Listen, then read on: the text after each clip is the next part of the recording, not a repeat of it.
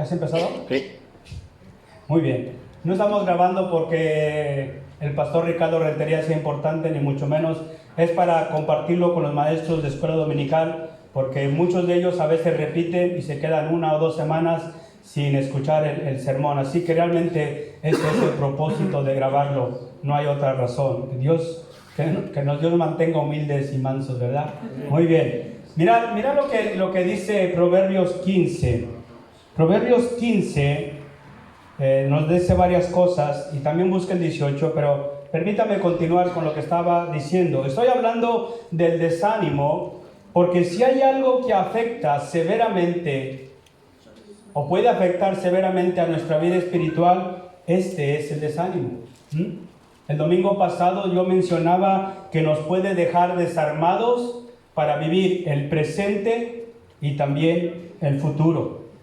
El desánimo es un productor de impaciencia, de ansiedad, de preocupación, de frustración, de negatividad, de estrés, de amargura, de dolor, de infelicidad en el corazón o en la mente o en la vida de la persona. Y mire lo que dice Proverbios 15, versículo 13. Es interesante lo que dice ahí. Dice: el corazón alegre hermosea el rostro. El corazón alegre hermosea el rostro, mas por el dolor del corazón el espíritu se abate. El corazón alegre hermosea el rostro, pero el de corazón abatido no puede sonreír, su espíritu está mal. Versículo 15 también, mirad: todos los días del afligido son difíciles. Hay de aquellos que sufren estrés o que sufren ansiedad o preocupación. Este es el estado que ellos tienen, de aflicción. Todos los días del afligido son difíciles, mas el de corazón contento, ¿qué tiene? Un banquete continuo. Y ahora gire su página y leamos el capítulo 18, el versículo 14. Mira lo que dice también ahí. El ánimo del hombre soportará su enfermedad. Aquel que sabe mantenerse firme ante las dificultades podrá llevarlas fácilmente. El ánimo del hombre soportará su enfermedad, mas ¿quién soportará el ánimo del angustiado? Mire, levantarle el ánimo a una persona que está desanimada cuesta más que remolcar un coche con nuestras propias fuerzas. A veces es muy difícil porque las palabras que podamos darles no hay cabida en su corazón para ellos. Y el versículo 10 de este capítulo 18, mira lo que dice también: torre fuerte es el nombre de Jehová, a él correrá el justo y será levantado. Y de eso vamos a hablar en esta mañana. También otro proverbio dice que el amigo es como un hermano en tiempo de angustia. Dos cosas importantes: la importancia de Dios y la iglesia cuando estamos pasando desánimos. Pero permítame hablarle en esta mañana o continuar hablando del desánimo desde la perspectiva pastoral. Hay algunos cristianos que piensan que los pastores nos paramos aquí y empezamos a hablar sin entender o haber experimentado lo que estamos hablando, o sin entender lo que otros viven.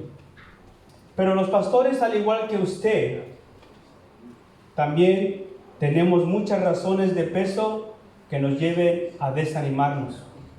Y muchas de ellas no solamente nos desaniman, pero muchas de ellas han ocasionado que pastores dejen el pastorado. Y voy a darle datos de algunos estudios bíblicos, de algunos estudios que se han hecho sobre la vida de los pastores. Y una de las cosas que más afecta a los pastores es la carga emocional que tienen que soportar. El 50% de ellos confiesa sentirse desanimados. Escuchen, el 50% de los pastores dicen sentirse desanimados con la iglesia con la que trabajan. Y ese 50% dejarían el ministerio si pudiesen conseguir otro trabajo. ¿Cuál es la razón de ese desánimo o de esa carga emocional? Decía un pastor, las quejas que escuchamos son más fuertes que los cumplidos. Podemos recibir 15 cumplidos y una sola queja, pero la queja resuena más fuerte en los oídos de los hermanos y dura más tiempo en el corazón de ellos. Y cuando somos criticados y a la siguiente semana vemos sillas vacías, entonces no hay manera de no pensar si lo estamos haciendo bien o no. No hay razón para no pensar si lo que estamos haciendo tiene un efecto positivo en las personas que se está pastoreando. La carga emocional es grande en un pastor. Y esto le lleva a muchas veces sentirse fracasado. El síndrome del fracaso en los pastores es de un 70% en los que trabajan como tales. Muchos de ellos sienten que lo que están haciendo no está causando ningún efecto en las personas que pastorean ni en la iglesia en la que están trabajando. ¿Cuál es el gran problema de este fracaso? Las comparaciones. Yo a veces cuando veo este local y digo, Señor, ¿por qué yo no tengo el local que tiene Asambleas de Dios? ¿Por qué no tengo el local que tiene la iglesia de Asambleas de Hermanos? ¿O por qué no nos das otro local más grande? Y ¿sabe qué?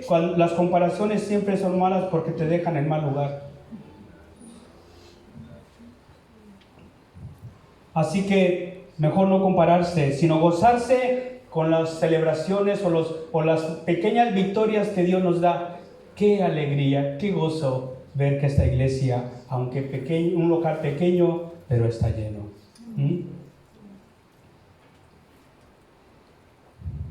La tercera cosa que afecta mucho a un pastor es la soledad. El 70% de los pastores confiesan sentirse solos, no tener a alguien a quien puedan considerar su amigo, una persona con la que puedan compartir sus inquietudes, sus frustraciones, sus amarguras, sus fracasos. ¿Cuál es la razón? No quieren sentirse vulnerables y débiles ante las personas que están pastoreando. Segunda razón, porque tienen miedo que mañana esos que hoy le escuchan, mañana usen sus debilidades para juzgarlos. Y de esto sé mucho. La cuarta cosa que afecta a la vida de un pastor, la economía. La mayoría de los pastores confiesa que el salario que reciben de pastor no les da lo suficiente para cubrir sus necesidades y muchos de ellos tienen que trabajar en lo secular para cubrir esa necesidad. Yo soy un afortunado porque no tengo que hacerlo, pero muchos sí lo hacen. Por eso es un 70% el que se queja de esto. Pero aquí en España yo conozco de la Asociación de Pastores, muchos de ellos trabajan en lo secular y luego se dedican al trabajo de iglesia. Y esto les lleva a no centrarse al 100% en el trabajo espiritual que están haciendo. Y mucho esta frustración económica se aumenta cuando ven a otros compañeros de ministerio que tienen lo que ellos no tienen. Otra vez se comparan. ¿Por qué él sí tiene un coche nuevo y yo no tengo uno? ¿Por qué él sí tiene una casa grande y yo no la tengo? ¿Por qué él sí puede irse de vacaciones y yo no puedo? Y muchas razones hay para eso. Pero en fin. Quinta cosa, la fatiga física. El 60% de los pastores creen que trabajan más horas de las que deben, porque incluso el día de descanso su teléfono suena para preguntarles o para pedirles que hagan cosas. El trabajo se carga más al pastor cuando la iglesia es pequeña y no cuenta con personas que le ayuden para cubrir las necesidades de los ministerios. o tiene que hacer más cosas de las que debe hacer, no solamente un sermón, pero también hacer la escuela dominical, dar clases de discipulado, preparar cultos especiales, hacer visitas. Y eso le da que no tenga tiempo para practicar un deporte en el que pueda desestresarse o relajarse. Y todo esto, ¿sabe dónde repercute? En la familia. El 80% de los pastores confiesan que el ministerio afecta su vida familiar. ¿Escuchó? El 80% confiesan que el ministerio afecta su vida familiar de forma negativa. La falta de tiempo para dedicarle a la esposa y a los hijos hace que el distanciamiento sea mayor cada día y la relación sea pequeña. Y esto se agrava más cuando la esposa también tiene un ministerio dentro de la iglesia, porque empiezan las discusiones entre ellos y los hijos se ven apartados a un segundo término. Y cuando la esposa y los hijos son parte del ministerio, ¿sabe qué lugar ocupan? El segundo. Porque el primer lugar lo ocupa la obra y después la familia. ¿Cuál es el resultado de estas cosas que he mencionado? La decadencia espiritual.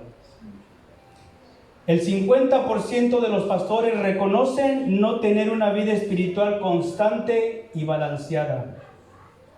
La falta de tiempo no les da lugar para estudiar la Biblia adecuadamente, para tener un tiempo devocional y de oración adecuado, sin prisas.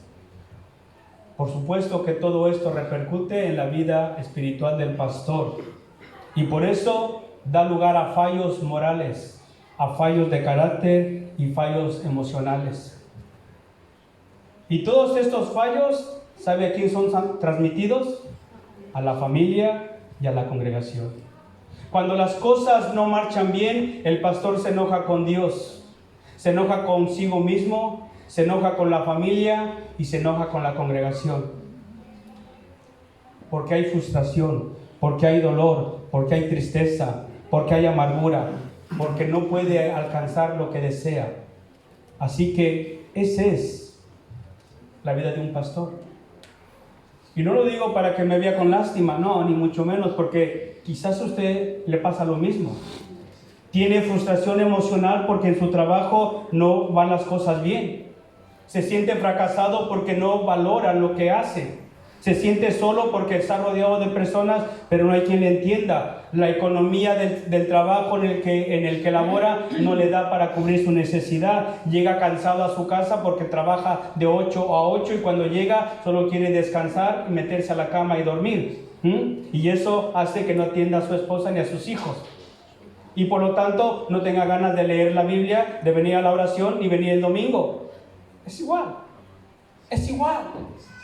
Pero yo quería mostrarle esto para que vea que también los pastores lo padecemos.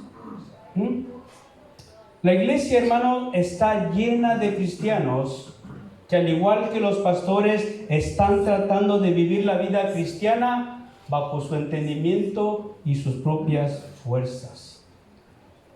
Hay cristianos que atienden a la iglesia regularmente, pero ¿sabe qué? No tienen amigos en ella. Pregúntese usted mismo que lleva tiempo aquí, ¿a quién de esta iglesia puedo considerar mi amigo? No tienen amigos, tienen conocidos. Y por lo tanto no hay la confianza para hablar con ellos de las frustraciones, del dolor, de los problemas, de las cosas que les llevan a sentirse amargados y frustrados con Dios y con ellos mismos. Escuche esto que es importante. La fraternidad cristiana no funciona si no hay comunión los unos con los otros. La unidad no se da si no se buscan compañeros para tenerla. El amor cristiano no se puede poner en práctica si no tienes a quien amar o quien te ame.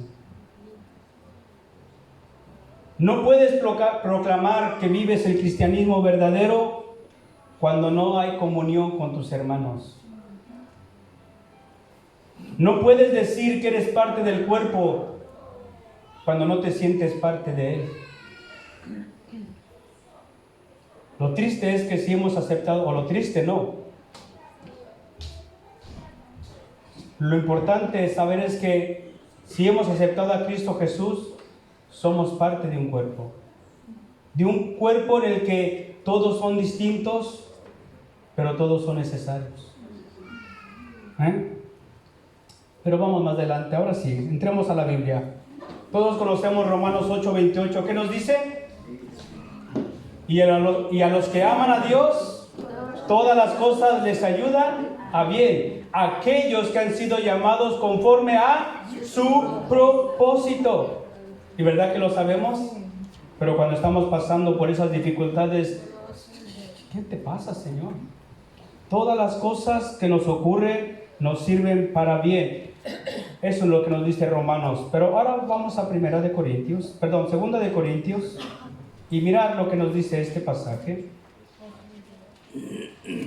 Segunda de Corintios, capítulo 1.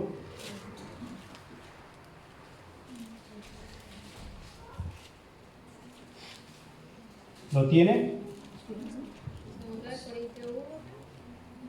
Segunda de Corintios, capítulo 1, versículo 3 en adelante. Vamos a leer. Estaba en primera. Ahora sí. Dice así: Bendito sea el Dios y Padre de nuestro Señor Jesucristo, Padre de misericordias y Dios de dos cosas importantes.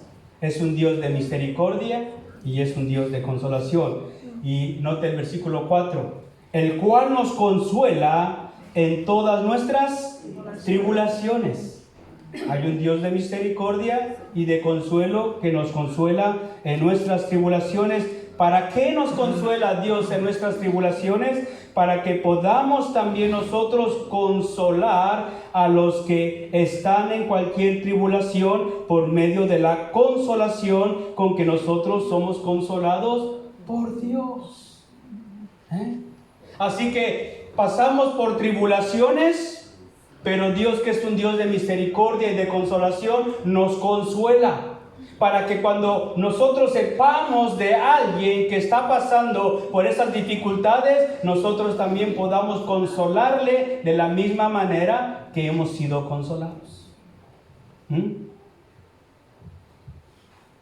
Porque de la manera que abundan en nosotros las aflicciones de Cristo, así abunda también por el mismo Cristo nuestra consolación.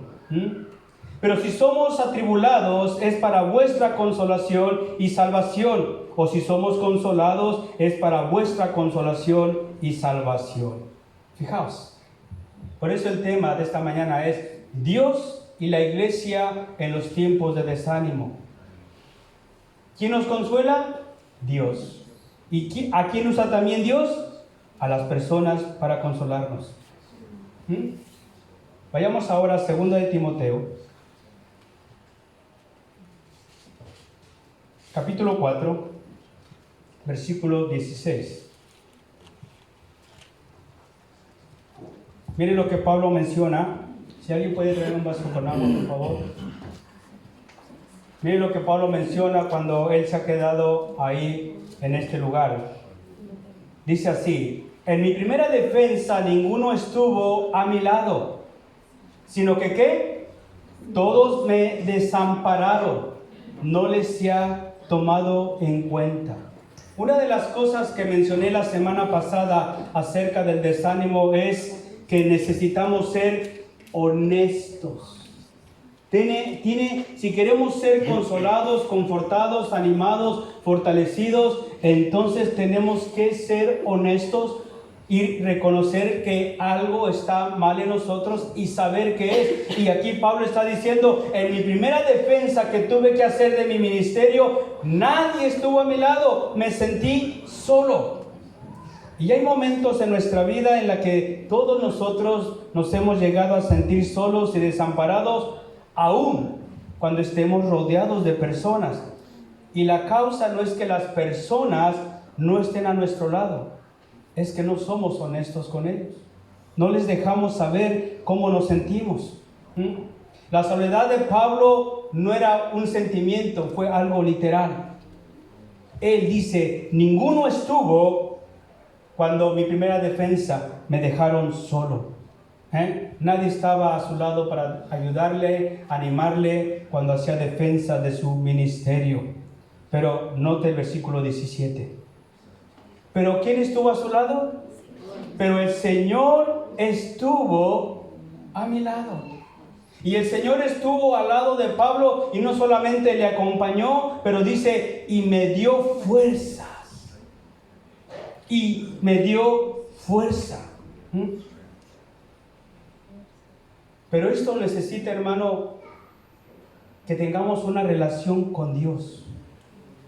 Y el desánimo desafortunadamente nos lleva a veces a apartar los ojos del Señor. Y por lo tanto no podemos sentir su presencia, ni podemos recibir su consuelo, ni su fuerza. Pablo se sintió solo. Físicamente nadie estuvo a su lado, pero dice, Dios estuvo a mi lado y me dio fuerza. Cuando sientas que todo el mundo te ha dejado, que todo el mundo te ha abandonado, incluso cuando más lo necesitabas, quiero que sepas que hay un amigo fiel y verdadero. Un amigo que no se va a alejar de ti. Y ese amigo es Dios. El Señor estuvo a mi lado y me dio fuerza para continuar con la labor que me había sido encomendada. Pero la pregunta es, ¿le bastó a Pablo saber que Dios estaba a su lado para confortarle? No.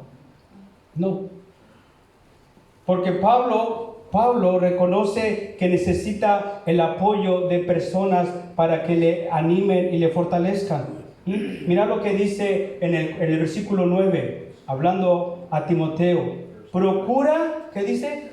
Venir pronto A verme. Fijaos, Dios ha sido su consuelo y su fuerza, pero no le basta eso a Pablo. Él quiere sentir la presencia física de un amigo que le hable, quizás que le abrace, quizás que le diga, estoy contigo, y por eso le dice a Timoteo, ven pronto a verme, porque tu compañía me hace falta. Procura pronto venir a verme. Pablo reconoce la necesidad que tiene de un compañero. Reconoce la necesidad de una persona física que le pueda animar, que le pueda fortalecer, que le pueda dar una palabra. Necesitamos de los demás. Pablo lo expresa aquí claramente. Vamos a otro texto. Segunda de Corintios. Volvamos para atrás, donde leímos al principio. Segunda de Corintios 1, ahora del versículo 8 en adelante.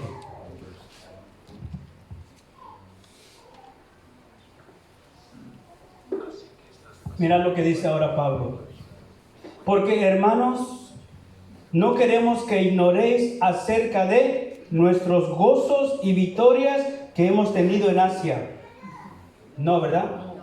¿Qué dice? De nuestras tribulaciones. Hermanos, no queremos que ignoréis acerca de nuestras tribulaciones que nos sobrevino en Asia.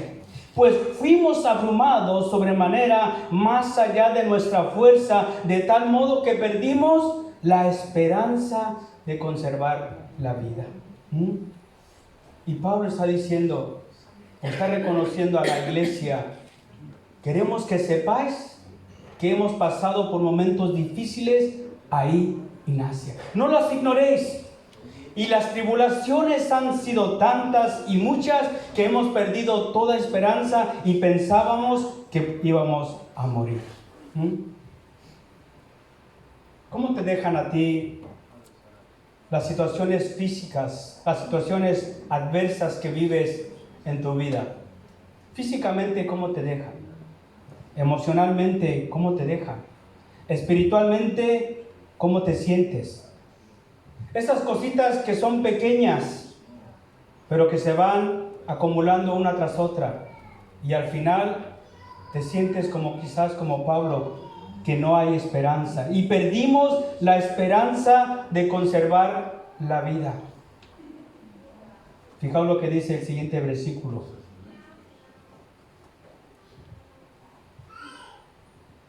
Pero tuvimos en nosotros mismos sentencia de muerte, ¿para qué? Para que no confiásemos en nosotros. Y ese es el problema, hermano. Yo no estoy diciendo que Pablo dejó de confiar en Dios, pero podemos creer que en un momento cuando las cosas marchaban bien, él se dedica a hacer su trabajo y descuida una parte importante que es la relación con Dios. Y seamos honestos, que a veces nos sucede en la vida cristiana. Nos va tan bien la vida que a Dios lo ponemos en segundo lugar. Y Pablo dice, y nos pasó todo esto para que no confiésemos en nosotros mismos. Pero tuvimos en nosotros esta sentencia de muerte para que no confiásemos en nosotros mismos, sino ¿en quién? En Dios. Y otra vez, él estaba poniendo a Dios. Cuando nosotros confiamos en nosotros, confiamos en otros, nos puede venir esto, que perdemos la esperanza, porque quizá la persona no puede hacer nada, y nosotros tampoco, pero nos olvidamos que hay un Dios que sí puede hacer. Pero Dios nos da la fuerza. Y mirad otra vez cómo funciona la ecuación. Versículo 10. Cooperando también, ¿quién? Vosotros. A favor nuestro por medio de la oración. O sea que Pablo dice, nos han pasado muchas tribulaciones y nos hemos sentido desesperados al punto de que perdimos la esperanza y pensábamos que íbamos a morir. Pero eso nos ocurrió por no poner la confianza en Dios. Pero cuando lo hicimos, Él nos animó, Él nos fortaleció. Y lo hizo, ¿por qué? Porque vosotros estabas cooperando a favor nuestro por medio de la oración. Quizás, hermano, si estás pasando por un momento difícil, dígase económico, que son los que más nos afectan constantemente en la vida y nos llevan a sentirnos perdidos. Si te apoyas en alguien que quizás está en la misma situación que tú, a lo mejor no te va a dar 10 euros o 20 que te puedan sacar de una situación, pero si ora, va a mover la mano de Dios y podrá ser ayudado. Qué importante es la comunión con los hermanos. Qué importante es hablar con los demás y dejarles saber cómo estamos viviendo nuestra vida para que sepan cómo orar. Yo a veces cuando oro por vosotros, oro en general. Y de los que sé de situaciones específicas, las menciono al Señor para que Él obre en ellas. Así que gracias por la confianza de aquellos que son abiertos y me cuentan sus situaciones, porque de esta manera me ayudan a poder orar mejor. Pero es importante, hermano, no el pastor, todos nosotros. Y vosotros cooperasteis en que Dios nos rescatase, nos ayudase cuando estabas orando a favor nuestro, para que muchas personas sean dadas gracias a favor nuestro por el don concedido a nosotros por medio de muchos de ustedes. Nuestra primera confianza debe de ser Dios. Y luego los que están a nuestro lado y que puedan orar por nosotros. Pablo nos enseña esto en su ministerio. Él ponía su confianza en Dios y luego en aquellos que podían apoyarle o los que estaban a su alrededor.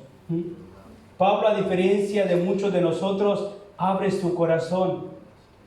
¿Y sabe a quién está abriendo su corazón en este caso?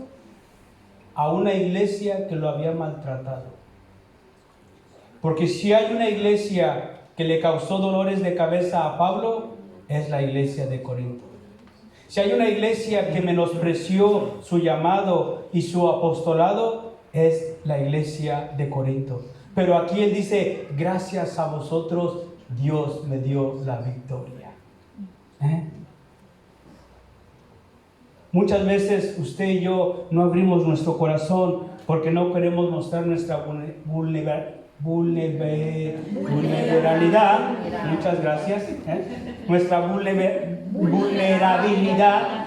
Ahí está para repetirla, para aprenderla. Vulnerabilidad. Ante todos vosotros, ¿por qué? Porque no queremos sentirnos débiles. Porque, ¿qué dirán si se enteran de que me preocupo por esto, me falta aquello, me falta lo otro? Hermanos, seamos más abiertos con el cuerpo del Señor. Abramos nuestro corazón y dejémosle saber a aquellos con los que tenemos una relación cercana, hermano, la estoy pasando mal, ora por mí en este sentido. No intentes llevar la carga tú solo. ¿Podrás llevarla? Sí. ¿Hasta dónde llegarás? No lo sé. Pero hay un Dios que te puede consolar. Y ese Dios, ¿sabes a quién usa? A los hombres. Porque Dios nos consoló para que seamos consoladores. Dios me fortaleció para fortalecer. Dios me ha enriquecido para enriquecer. Dios me ha bendecido para bendecir. Dios me da entendimiento para abrir el entendimiento de otros. Dios te da primero para que tú puedas dar después. Sigamos leyendo. 2 Corintios 7. ¿Tiene su Biblia? Versículo 5.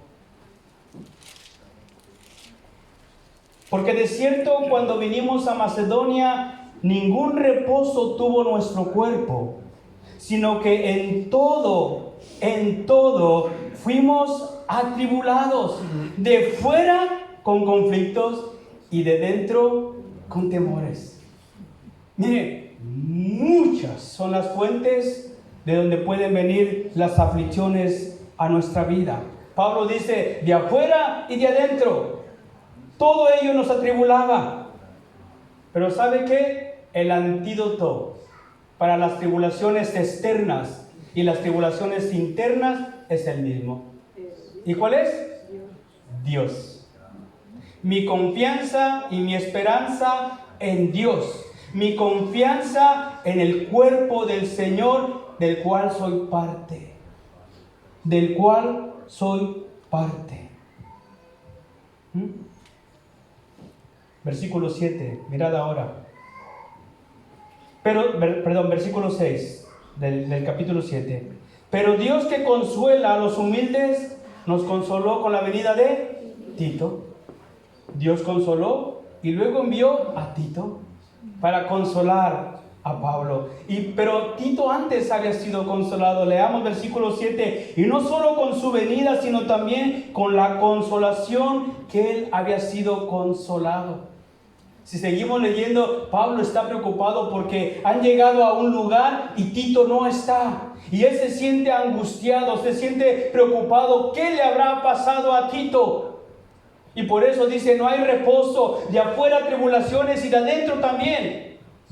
Pero cuando llega Tito, él es confortado porque ahora ve que su hermano de la fe, que su hermano en el ministerio ha llegado y él se alegra porque está ahí. Pero se alegra más cuando dice Tito, ¿sabes qué? Llegué a aquel lugar y los hermanos de Corinto me trataron como si fuese un ángel. Tito había sido consolado, confortado por la iglesia y por eso dice, y no solo con su venida, sino también con la consolación con la que él había sido consolado en cuanto a vosotros. Y aún más dice, haciendo saber vuestro gran afecto, vuestro llanto y vuestra solicitud para mí, de manera que me regocijé más aún. Y otra vez, aquí Pablo nos enseña que la iglesia es importante. Porque consoló a Tito, que había pasado por momentos difíciles. Y esa consolación que recibió a Tito, consoló a Pablo. Y cuando un miembro del cuerpo se duele, los demás se duelen con él. Y cuando uno se goza, los demás se gozan con él. Hermanos, urge urge que entendamos que estas paredes no son la iglesia. Estas paredes frías no son la iglesia. Son un lugar de culto. La iglesia somos tú y yo. La iglesia somos tú y yo. Y te guste o no, eres parte del cuerpo si has aceptado a Cristo Jesús. Y esta iglesia, aunque con defectos, te puede consolar. La iglesia de Corinto, que había juzgado, que había permitido que incluso, dicen algunos teólogos, que Pablo fuese abofeteado delante de ellos, está orando por él, le está consolando, le está confortando, le está animando, le hacen saber el aprecio, la tristeza que sienten por sus tribulaciones. Déjame preguntarte, ¿te sientes parte de esta iglesia? ¿Te sientes parte de este cuerpo imperfecto? Con algunos más feos y otros más guapos, con algunos más grandes y otros más pequeños, con algunos más inteligentes y menos inteligentes. Somos parte de Él. Y Dios nos quiere usar a todos para confortarnos los unos a los otros. Pasad, músicos. Pablo fue confortado, fue animado y fue fortalecido por la iglesia de Corinto. Una iglesia, hermano, que había menospreciado su ministerio.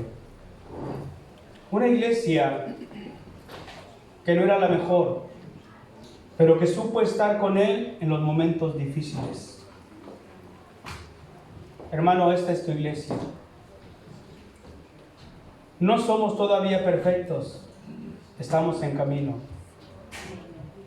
Y aquí hay personas que te pueden consolar porque han sido consolados. Aquí hay personas que quizás no te van a dar lo que te hace falta, pero sus oraciones pueden hacer que Dios abra las ventanas y Él te consuele, y Él te conforte, y Él te dé lo que te hace falta. Señor, queremos orar. Yo te animo a que ora por la persona que está a tu lado. Quizás sea tu mujer, quizás sea tu esposo, quizás sea tu hijo, quizás es alguien que no conoces. Bendícele en el nombre del Señor.